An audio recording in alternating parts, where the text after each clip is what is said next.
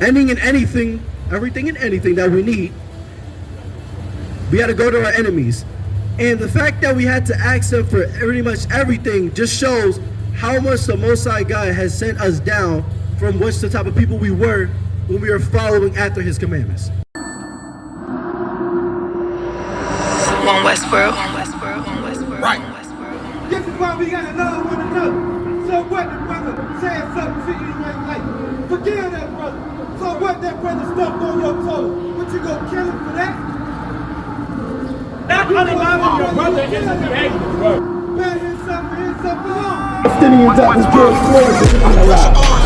When Sandra Bland was unalive. Just to make it known, steady ready, better watch your tone. I was 5'7", I was breaking my hand up 5'7", now I want the chrome. 9/11, I was in my zone. Use the argument, I lose your throne. Who ain't no running up? Damn, now I'm coming up. They coming to kiss me, you done my what? You drawn, you done enough. They told me don't rush it, just wait my time. Paying attention, I see the sign. Coming right to me like Amazon. No time for the tracks, I'm on the grind. Little shorty, you're sick and she knows she fine. Got a couple of so never mind. They throwing the shade cause they know I shine. You better open this Bible. You better come back here and learn what it really says, because guess what? The people you've been learning the Bible from, they've been lying to you. Verse 16, cursed shalt thou be in the city. Cursed shalt thou be in the city. You notice on the death and destruction that they call in this so-called home of ours? It's some curses. The Most High God has sent down these curses because we don't seem to understand what he's told us. That's right. And cursed shalt thou be in the field. And cursed shalt thou be in the field. You know, kind of like, you know, people making crops and all that stuff in their fields, or in people's houses or lands. Curses shall be upon your homes, upon your areas, upon your field. You'll notice it. You'll notice it happen. And furthermore than that, would you give me Deuteronomy chapter 28, verse 32? And as we're speaking about this, these curses, they are evident. They are being noticed upon many areas of this world. In this place, or the so-called country that we're calling our home, we seem to not get how many times the Most High God has sent us messages to follow after his commandments. Great. Deuteronomy chapter 28, verse 32. Thy sons and thy daughters shall be given unto another people. Thy sons and thy daughters shall be given unto another people. Now this sounds familiar. If you've been in a history class before, you might have noticed they've been always talking about slavery at one moment, or they've been talking about how most times we were sold in these slave auctions and all this other stuff. Now, it said thy sons and thy daughters. Kind of like in Egypt, we were sold unto our enemies. Read more on that. And thy eyes shall look and fail. And thy eyes shall look and fail. You will look miserable. You will look frail. Noticing that the fact that right now you're being sold unto your enemies and that your parents aren't around during the time of which we were in bondage. Read. With longing for them all day long. With longing with them all day long. Longing kind of sounds familiar to another word that we know in this dictionary. And what might that be? Kind of like pleading, longing, in a way. You've been longing out, pleading to them, all these other things, you know, mentioning that they could be a lot more harsh or a lot less harsh. It's lacking, a lot less harsh. And during that moment, we begin to realize that we had an error in understanding how the Most High God was trying to tell us to follow after his commandments. And there shall be no might in thy hand. No more strength in your hand. You're going to notice, you're going to feel a lot more frail. They were a lot more frail back then. We had no strength in our hands, no might in our hands. We had no willpower to do anything because we had been sold unto our enemies. But we're going to get some more in this Bible. Could you give me Deuteronomy chapter 28, verse 48? Now, this is one of the many parts on why you're going to have to follow after his commandments. And you're going to hear this right here. Deuteronomy chapter 28, verse 48. Therefore shalt thou serve thy enemies. Therefore thou shalt serve thy enemies. Once again, kind of like they be talking about them history classes. Way back then, we were kind of like while we were in Egypt, we were serving our enemies. Now this is going to really sound familiar to you if you know the set in this Bible. Which the Lord shall send against thee.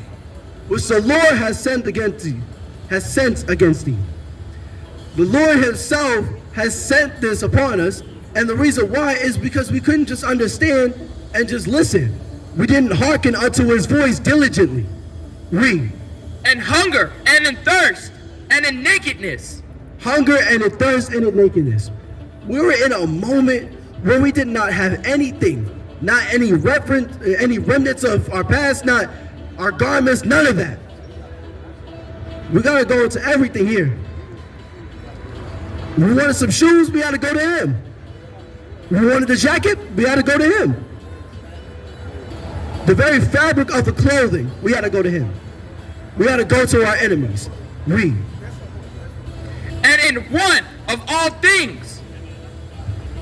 Ending in anything, everything and anything that we need, we had to go to our enemies. And the fact that we had to ask them for pretty much everything just shows how much the Most High God has sent us down from which the type of people we were when we were following after his commandments. Read. And he shall put a yoke of iron upon thy neck. A yoke of iron upon thy neck. Now that is really familiar. Them chain and shackles that they put on the children of Israel during time of slavery, they had chain and shackles around their neck.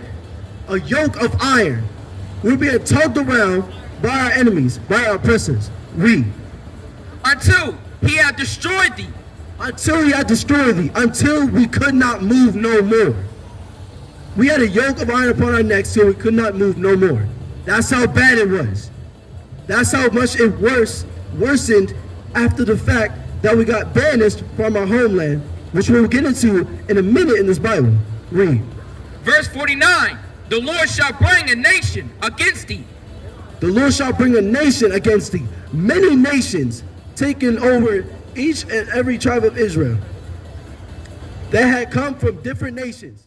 The Moabites, like, you know, all them other nations, during the time of which we were in slavery, we had been sold and we had been attacked by other nations. Read. From afar, from the end of the earth. From afar, from the end of the earth. From different parts of this earth, there was different nations coming over here to come against us.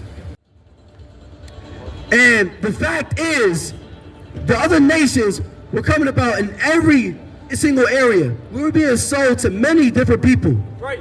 And so fast that we didn't even notice it, being taken away from our families and being sold. And the fact is, we did not have any mercy shown upon us because we failed to understand since the very beginning. Right. Read. A nation whose tongue thou shalt not understand. A nation, can read that again? A nation whose tongue thou shalt not understand. A nation whose tongue that thou shalt not understand. We don't know their language. We don't understand how to communicate. We're foreign to their languages. They were speaking many words and phrases that we did not begin to even fathom to understand. We were just confused. Remember when we're about to read this, listen very closely, because then this will actually talk about the most important part that you need to understand. Read. Deuteronomy chapter 28, verse 68. And the Lord shall bring thee into Egypt again with ships. And the Lord shall bring thee into Egypt again with ships. Right. Now, like I said, you're going to see a lot of things or hear a lot of things that sounds really familiar. It's ships. Now, which type of race and ethnicity of people was put in ships? Black people. We're put in ships sold unto our enemies, unto our oppressors. And when it says we are going to be put into Egypt again, Egypt, another word for bondage, another word for slavery. Read. By the way whereof I speak unto thee. By the way whereof I spake unto thee. Now, the moment we are put into slavery, I could bet that we really wish that we understood to follow after the Most High God's laws, statutes, commandments, rather than going against him. And furthermore than that, we begin to understand that the moment we are sold unto our enemies, that we were not going to see our homeland no more, which we're going to get into this right now. Thou shalt see it no more again. Thou shalt see it no more again. Now, what do you think they're saying in this Bible when they say, thou shalt see it no more again? Our home, our homeland. This country is not our home. Read. And there ye shall be sold unto your enemies. And there ye shall be sold unto your enemies. Now, slave auctions. That's pretty much what it was. If you already know what this Bible is talking about being sold unto your enemies, it is obvious. It's speaking about it in words of which you should understand. Read. For bondmen and bondwomen. For bondmen and bondwomen. We had a price on our head. And that's what's called a bondman and a bondwoman. Read. And no man shall buy you. No man shall buy you. No one will free us. We were still under our oppressors even to this moment. Right. Until Christ returns. Right. Hey, listen, brothers and sisters, man. If you like what you hear, hit the subscribe button, man. Subscribe to this channel. And also, please, go to ISUPK.com and pay your tithe. Drop me some cash so we can move around this planet like we need to, man, and do the things we need to do. They're one west. They're one west. They're one west. They're one